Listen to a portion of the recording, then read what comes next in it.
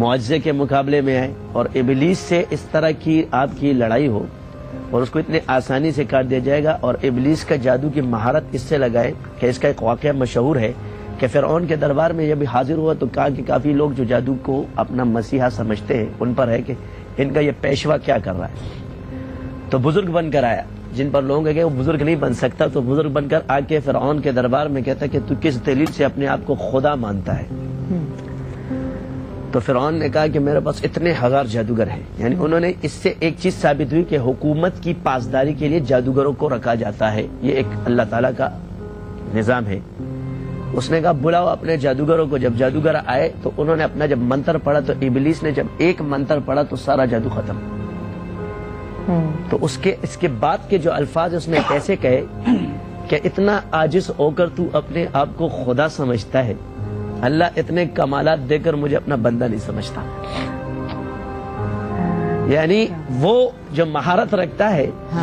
وہ اپنے آپ کو اس لیے کہ اللہ مجھے اپنا بندہ بنا لے اور یہ خدا بن کے بیٹھ جائے، حیرت کی بات ہے۔ اس کے اندر جتنی بھی کار فرمائیاں ہیں یہ اس کے ابلیس اور تلبیس ہے، یہ عقیدے پر ہوتا ہے۔ ٹھیک ہے، ہر جگہ جو ہے نا شیاطین اپنا تصرف کرتے ہیں، لوگ ابھی آپ کرتے ہیں کہ نا جی ہر چیز کی پھر ایک خوراک ہے،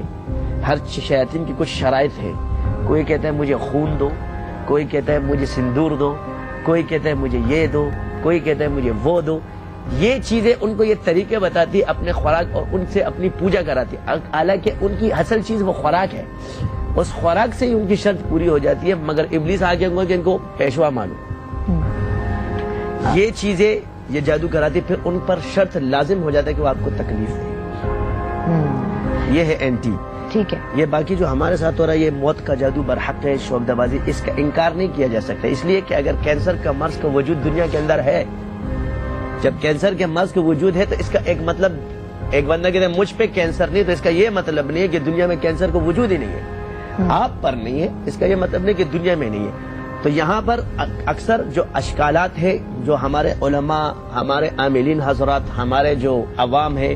ان کے کافی اعتراضات اور اشکالات اس میں یہ کیا علاج کے شرائط اکثر یہ ہوتے ہیں کیا ہے۔ ہر چیز کو پرکھنے کی جو کسوٹی ہے ہمارے پاس شریعت، قرآن، سنت، مجتہدین کا قیاس، بزرگان دین کے تجربات یا اپنی فرسودہ خیالات۔ اس پر جب ایک انسان، لازمی بات ایک عامل کے پاس جب جاتا ہے، وہ مسلمان اگر عالم کو دلائل شریعت سے قائل نہیں کرے گا تو عالم اس پر رد کرے گا، اس کا حق ہے، اس کا علم، اس کی دلیل ہے کہ اس کو رد کرے۔ تو اس کا جواب یہ ہے کہ ہر چیز کی پہلے تشخیص ہوتی ہے پھر علاج ہوتا ہے۔ آپ علیہ السلام پر جب جادو ہوا تو آپ علیہ السلام کو پہلے اس کی تشخیص کرائی گئی،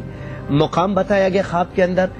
پھر اس کو علاج دیا گیا ہے سورہ فلق اور ناس۔ تو اس سے ثابت ہوا کہ تشخیص پہلے ہوتی ہے، علاج بعد میں ہوتا ہے۔ عبداللہ ابن مسعود رضی اللہ عنہ نے ایک بندے پر پھونک ماری، اس میں جو جن تھا وہ جل گیا، تو آپ علیہ السلام نے اس سے پوچھا کہ فلانے شخص کے پر آپ نے کیا پھونکا؟ تو انہوں نے کہا یا رسول اللہ میں نے پڑھا افحسبتم انما خلقناکم عبثا وانکم الینا لا ترجعون،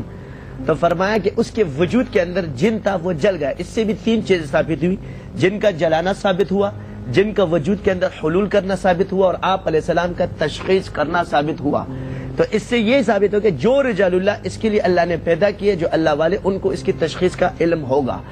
اب اس کے جو تجربات ہیں، تو تجربات یا کسی ذرائع کو شریعت منع نہیں کرتی۔ حضور کے دور میں بخار 102 103 کا وجود نہیں ہے، بخار کا وجود ہے، تھرمامیٹر کا وجود نہیں ہے۔ کینسر، باطنی، جتنے بھی امراض ہیں، اس کی جتنے بھی دلائل ہیں وہ ظنی ہیں، کیفیات حقیقی کے انسان پر آتے ہیں۔ تو جب اس چیز کے ذرائع مانے جاتے ہیں تو لہذا جو سحر قرآن اور حدیث سے ثابت ہے اس کے بھی جو ذرائع وہ بھی معتبر مانے جائیں گے، لیکن اس سے پتہ چل جائے کہ آپ کو کون سے لیول کا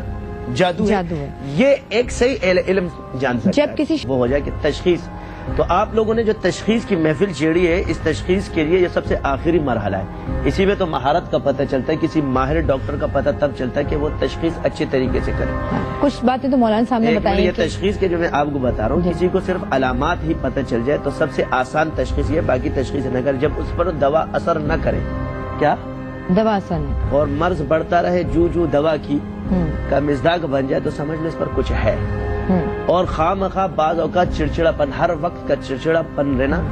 اور ایک کام کا کل ہونا ہے اور جا کے نہیں ہوتا، ہر کام کی رکاوٹ، یہ آسان علامت ہے، اور اس کا کسی ماہر سے یا جو یہاں بیٹھے ہوئے جو بھی جن سے ان کو اعتماد ہے، بندہ سچا ہونا چاہیے، اس سے معاملہ کرے، کیونکہ اذکار کو خود کرنے سے بھی نقائص ہوتے ہیں۔